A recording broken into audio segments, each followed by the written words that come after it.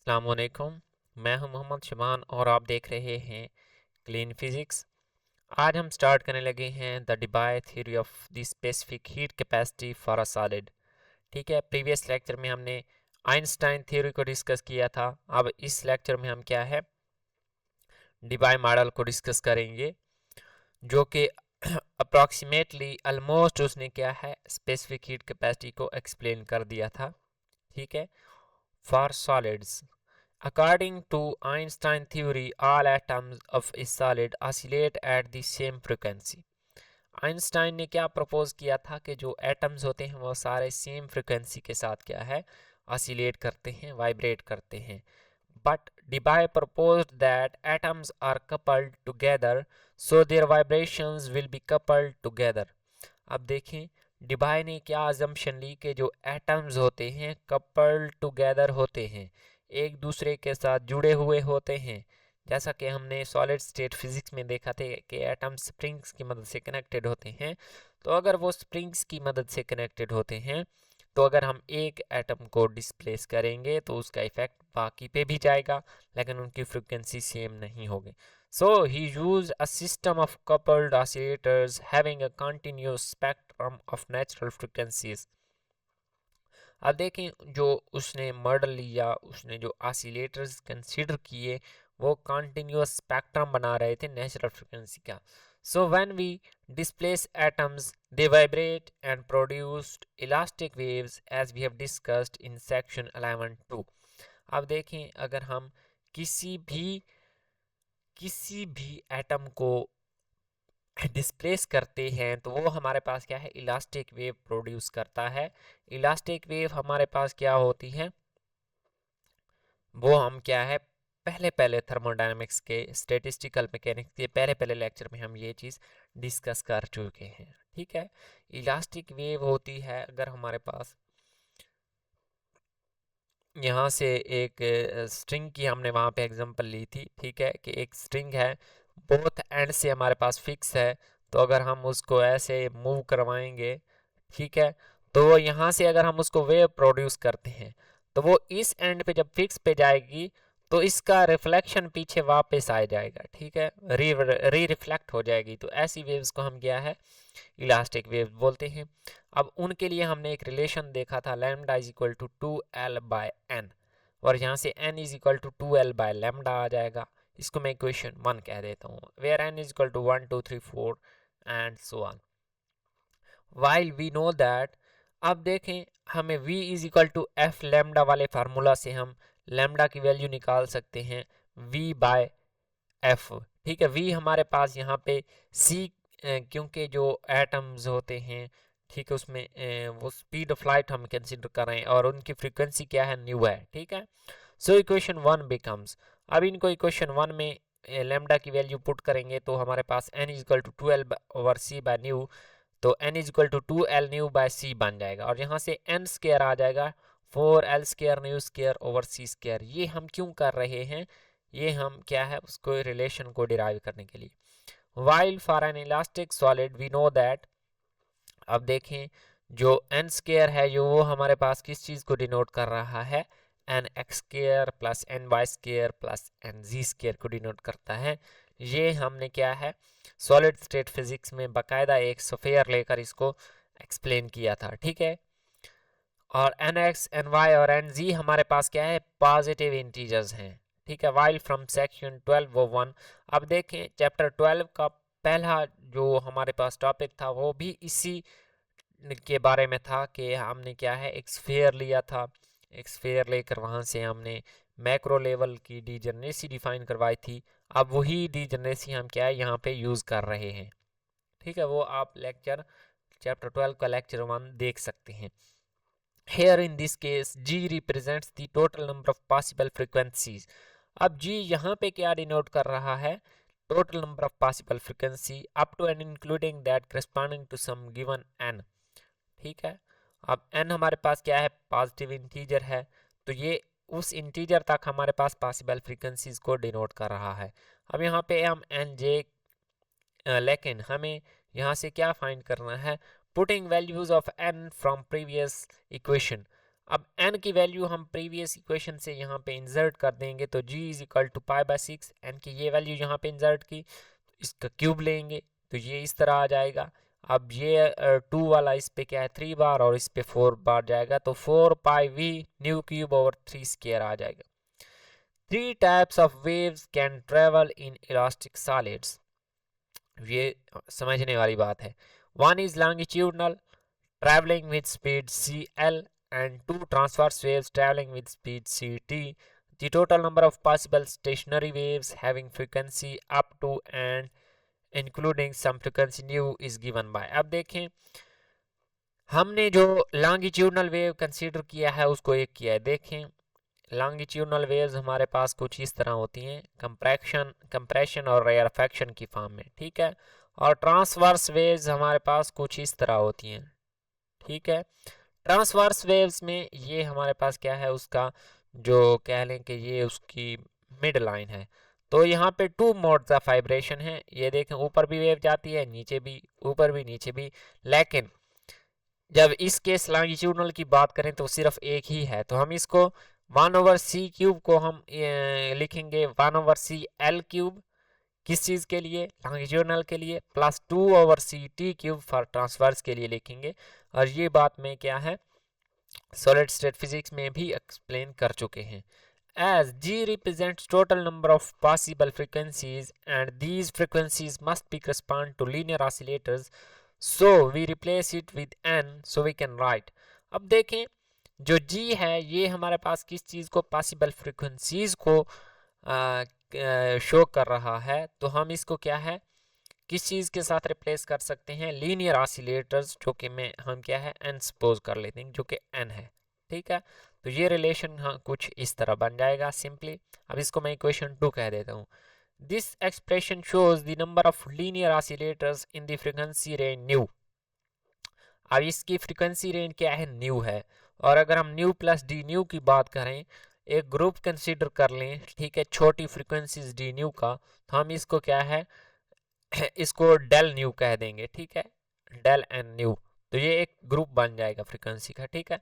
और इस साइड पे हमने क्या है सिंपली न्यू क्यूब को हमने क्या है उसका डेरिवेटिव लिया है 3 न्यू स्क्वायर डेल्टा न्यू।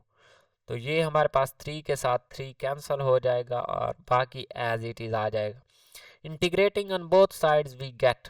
अब देखें अब अगर हम बोथ साइड्स पे इंटीग्रेट करें तो ये हमारे पास टोटल कितने ऑसिलेटर्स हैं, 3n वन डायमेंशनल ऑसिलेटर्स। और फ्रीक्वेंसी कहाँ से कहाँ तक, क्योंकि 0 से न्यू m तक, ठीक है, मैक्सिमम फ्रीक्वेंसी तक। तो इसको हम क्या है दोनों साइड पे इंटीग्रेट कर देंगे। अब ये इसको इंटीग्रेट करेंगे तो ये न्यू क्यूब बाय 3 आ जाएगा। तो न्यू जब लिमिट्स पुट करेंगे तो न्यू m³ बाय 3 ये आ जाएगा आंसर, ठीक है। और ये 3 को मैं डायरेक्ट यहाँ पे लिख दिया, देखें यहाँ पे, ठीक है। फॉर 3 and 1 dimensional oscillators ये वाला रिलेशन आया है। Using equation 2 we can right.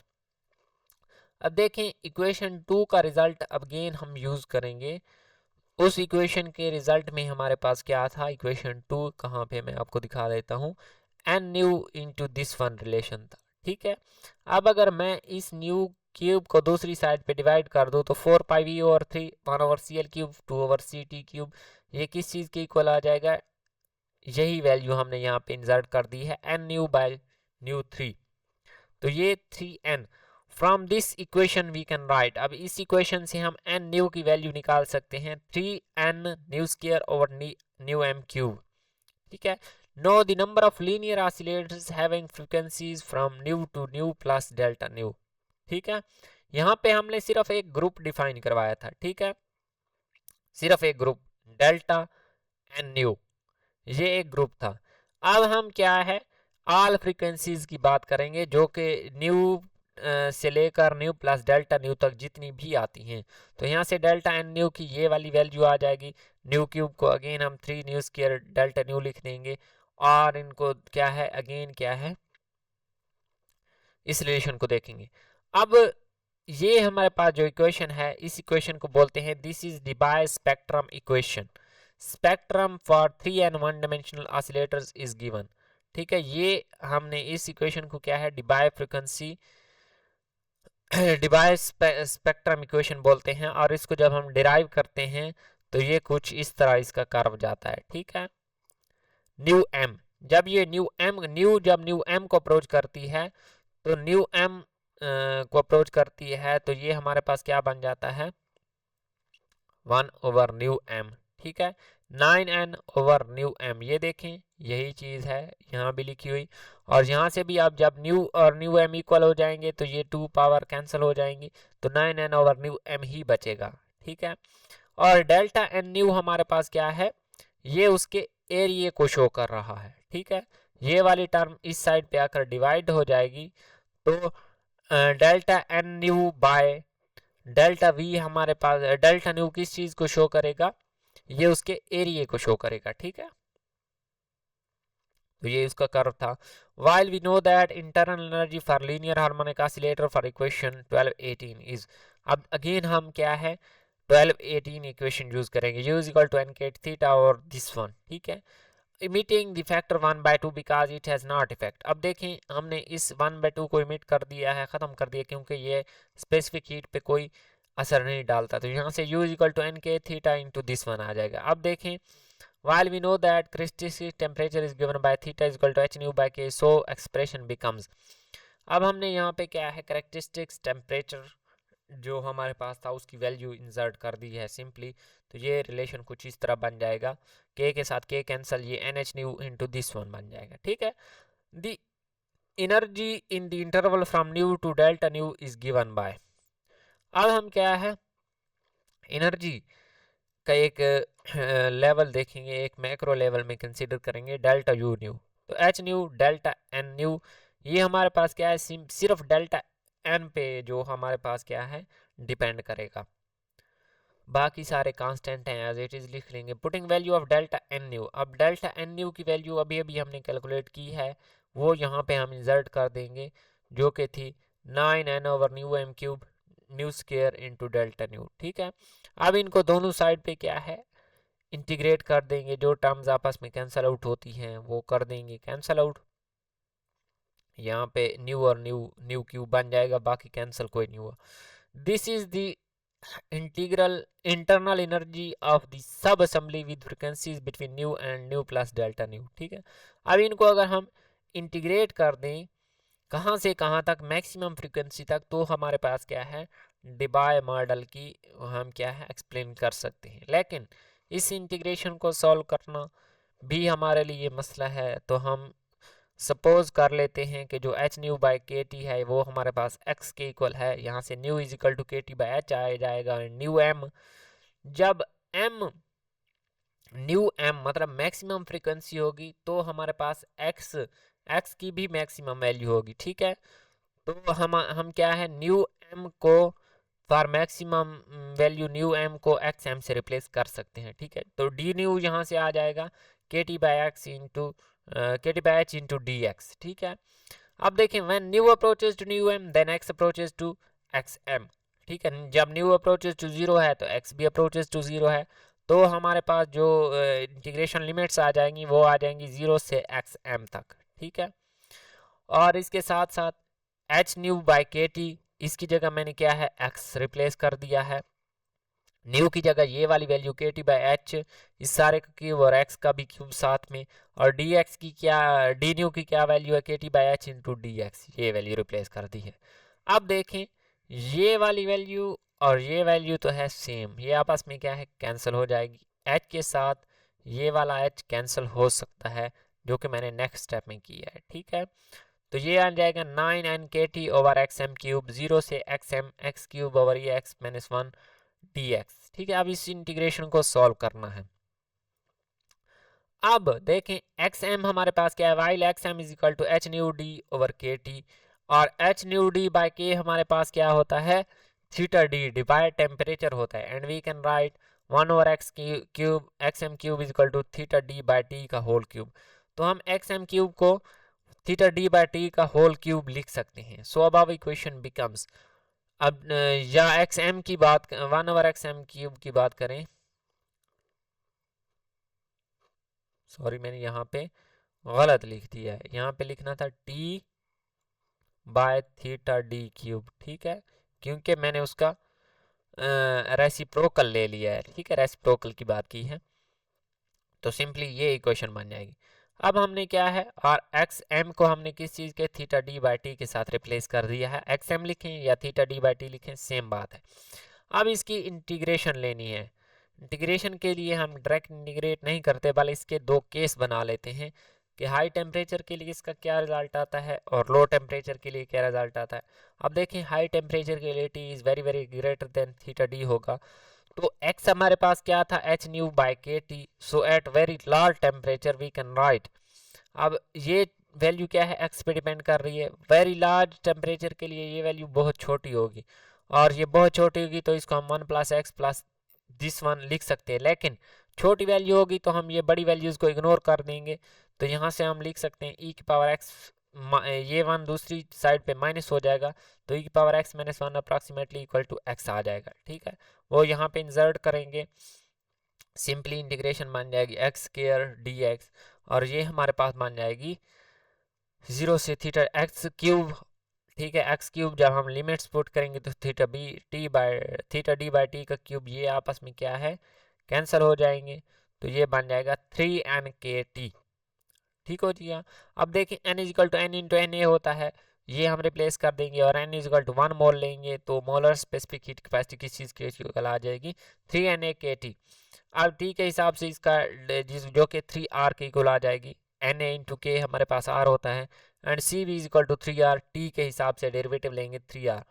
तो हाई टेम्परेचर के लिए तो ये करेक्ट रिजल्ट है। अब हम इसको क्या है, लो टेम्परेचर के लिए देख लेते हैं। लो टेम्परेचर के लिए T is very very greater than theta D, और इस केस में हमारे पास x की वैल्यू बहुत लार्ज होगी, अगर x की वैल्यू बहुत लार्ज होगी तो e की power x minus one approximately e की पावर x हो जाएगा, ठीक है। क्योंकि x की वैल्यू बहुत बड़ी है, t बहुत छोटा होगा, तो ये रेसिप्रोकल में है, तो ये वैल्यू ओवरऑल बहुत बड़ी बन जाएगी। बहुत बड़ी वैल्यू में से +1 करें या माइनस कोई इफेक्ट नहीं पड़ता, तो हम e की पावर x लिख देंगे। सो इक्वेशन 5 बिकम्स, इक्वेशन 5 को हम इस तरह ट्रांसफॉर्म कर सकते हैं। अब देखें, ये अगर हम इसको गामा फंक्शन से डायरेक्ट इस इंटीग्रेशन को सॉल्व कर लें तो भी हम इसको सॉल्व कर सकते हैं, और अगर हम इसको जो टेबल हम अभी तक यूज़ करते आए हैं उसकी फॉर्म में लेके जाना चाहें तो भी यूज़ कर सकते हैं। पहले मैं इस इंटीग्रेशन को आई के इक्वल लेट कर लिया है, तो अब मैं इसको इसी टेबल की मदद से सॉल्व करना चाहता हूँ। तो देखें, टेबल की मदद से सॉल्व करने के लिए मेरे पास ई की पावर में एक्स स्क्वायर होना चाहिए, ठीक है, एक्स स्क्वायर या वाई स्क्वायर या जी स्क्वायर जो भी वेरिएबल हो वो स्क्वायर की फॉर्म में होना चाहिए। तो मैं यहाँ से लेट कर लेता हूँ कि x is equal to y square, ठीक है, और यहाँ से आ जाएगा d x is equal to 2y/dy, तो इसी इक्वेशन में मैं पुट कर दूंगा। और देखें, जब x 0 होगा तो y भी 0 होगा, जब x इन्फिनिट होगा तो y भी इन्फिनिट होगा, लिमिट ऑफ इंटीग्रेशन सेम रहेगी। तो ये बन जाएगा 0 से इन्फिनिटी ई की पावर माइनस वाई स्क्वायर, और y x की वैल्यू थी वाई स्क्वायर, ठीक है, यहाँ भी x की वैल्यू पुट की है, यहाँ भी x की वैल्यू पुट की है, तो ये बन गया, एंड यहाँ पे dx की वैल्यू है 2y/dy। अब देखें, यहाँ से पावर बन जाएगी 6, और ये वाली एक 7, 2 पहले आ जाएगा, ठीक हो गया, 2 को मैंने पहले लिख लिया। अब ये सिमिलर यही फॉर्म बन रही है इसी फार्मूला वाली, 0 से इन्फिनिटी x की पावर n, यहाँ से यानी x है, यहाँ पे है y की पावर 7 है, तो 7 के लिए ये बनेगा 3/a की पावर 4। a यहाँ से इक्वेशन में देखें 1 है, यहाँ पे देखें माइनस ए एक्स स्क्वायर है, यहाँ सिर्फ माइनस वाई स्क्वायर है, ठीक है। इसके पावर जो a है या अल्फा है वो 1 है, तो ये आ जाएगा 3 इसकी इंटीग्रेशन, तो 2 ये वाला और 3 6 बन जाएगी। और इस पे मैं π/4 डिवाइड भी कर दूं और मल्टीप्लाई भी कर दूं, तो ये आंसर क्या है, पाई की पावर 4 और 15 हम इसको अप्रॉक्सीमेटली लिख सकते हैं। और जो जब हम सॉलिड स्टेट फिजिक्स को लेक्चर को देखा था वहाँ पे मैंने इसको गामा फंक्शन की मदद से सॉल्व किया था, ठीक है, वो भी आप देख सकते हैं, दोनों से यही सेम रिजल्ट आता है। तो यहाँ से ये रिलेशन हमारे पास कुछ इस तरह बन जाएगा, u का रिलेशन आ गया t की पावर 4 में, जब CV फाइंड करेंगे तो t क्यूब ला आ जाएगा, और जब हम t की स्मॉल वैल्यूज इंसर्ट करते जाएंगे, ठीक है, तो हमारे पास वो टी क्यूब लॉ के को फॉलो करेगा। The above equation is called Debye cube law. According to this law CV near absolute zero decreases with the cube of the temperature instead of the exponentially as in Einstein theory. Einstein theory में exponential fall था, ठीक है, rapid fall था, लेकिन यहाँ पे ये T cube law को यूज़ करते हुए फॉल होगा, आहिस्ता आहिस्ता फॉल होगा। और इस मॉडल ने क्या है, एक्सप्लेन कर दिया, ठीक है। ये एक्सपेरिमेंटल कर्व है और इसने एक्सपेरिमेंटल कर्व को लो टेम्परेचर के लिए भी इसको फॉलो किया और हाई टेम्परेचर के लिए भी इसको फॉलो किया, ठीक है। यहाँ पे ये देखें, ये क्रॉस का निशान है, डिफरेंट एटम्स उसने लिए, ठीक है। उनका डिवाइड टेम्परेचर यहाँ पे लिखा गया है। उसने ये डिफरेंट एटम्स पे क्या है, डिफरेंट सॉलिड्स पे उसने क्या एक्सपेरिमेंट किया जो कि सही रिजल्ट देता था। अगर यहाँ तक किसी भी पॉइंट की समझ नहीं आई तो कमेंट सेक्शन में पूछ सकते हैं। मिलते हैं नेक्स्ट वीडियो में। अल्लाह हाफिज़।